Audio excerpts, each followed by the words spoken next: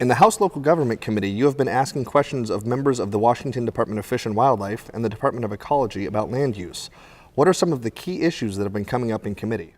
Well, basically two things. One is the ability to convert farmland to basically a nature preserve, and we're trying to limit that. And the other one is just allowing schools to build buildings outside the urban growth boundary.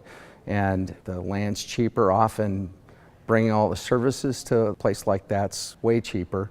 And plus, we're looking at where the population is, and they should be able to build schools where their population is.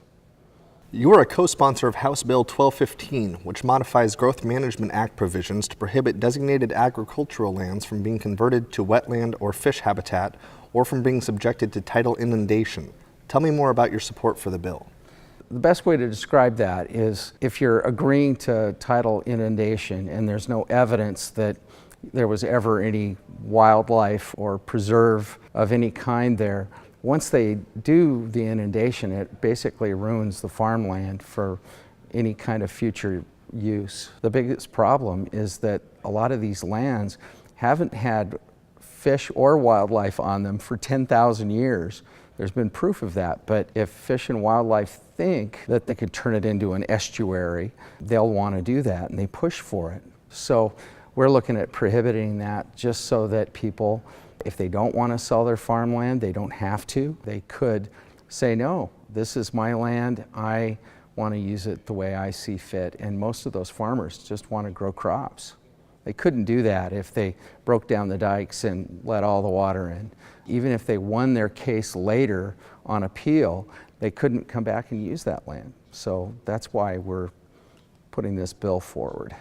What have you been most surprised by in the first few weeks of the legislative session? I think people have the impression that the working atmosphere here in Olympia is pretty combative.